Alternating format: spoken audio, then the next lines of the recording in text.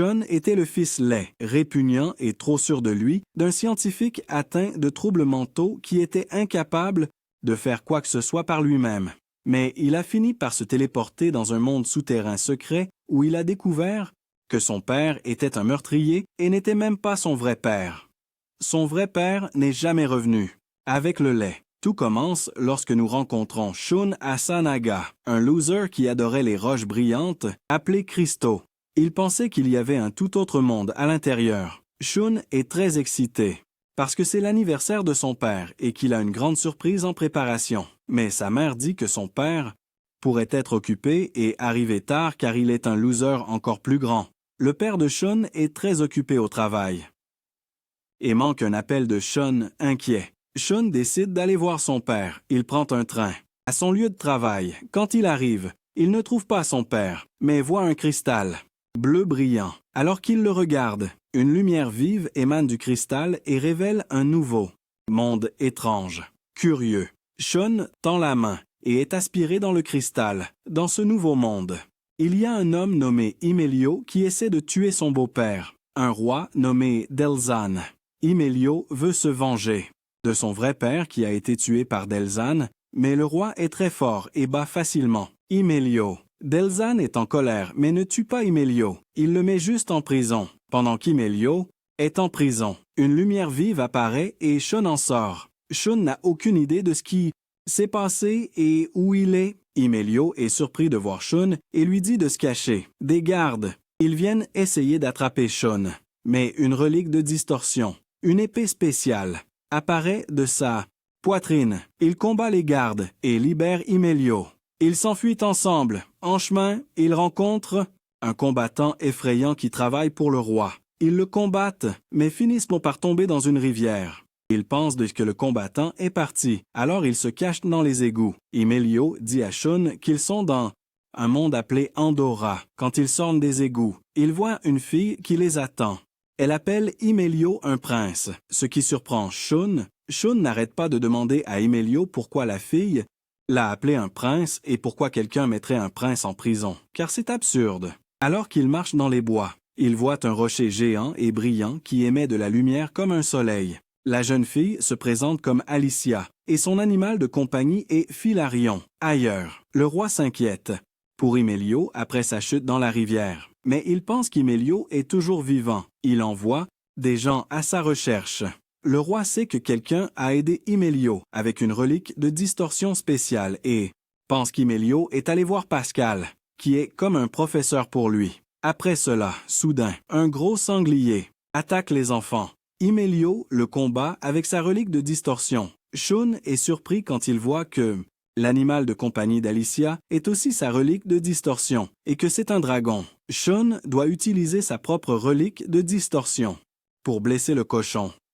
Ensuite, Shun et Alicia se font prendre dans un piège surprise. Imelio utilise des pièges pour finalement vaincre le cochon.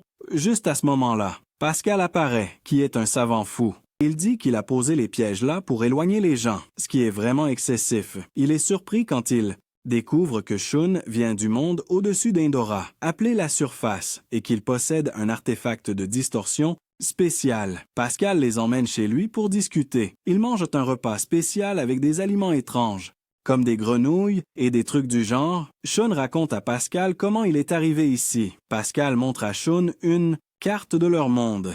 Il dit que la Terre est creuse et qu'ils vivent en dessous. Leur soleil s'appelle Adamus et il n'y a pas d'étoiles ici. La personne qui a créé cet endroit l'a gardé caché, parce qu'il ne voulait pas que les idées des gens de la surface gâchent tout. Les habitants d'Endora connaissent le monde d'en haut parce qu'ils ont un livre qui leur en parle. Il y a longtemps, les habitants d'Endora et du monde d'en haut pouvaient se rendre visite. Pascal y est même allé. Il dit qu'il y avait une ville spéciale appelée Babylone qui était comme une porte entre les deux mondes. Mais la Babylone d'Endora a été détruite dans un grave accident.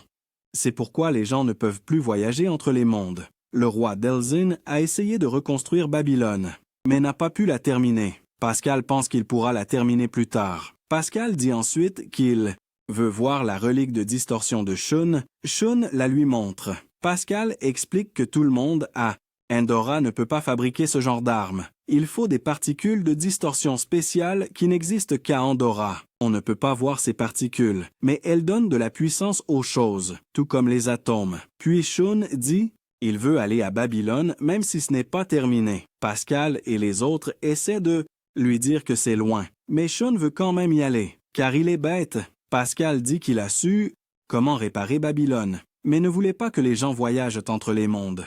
Alors, il a arrêté d'y travailler. Le roi a dit à d'autres personnes de continuer à essayer de la réparer.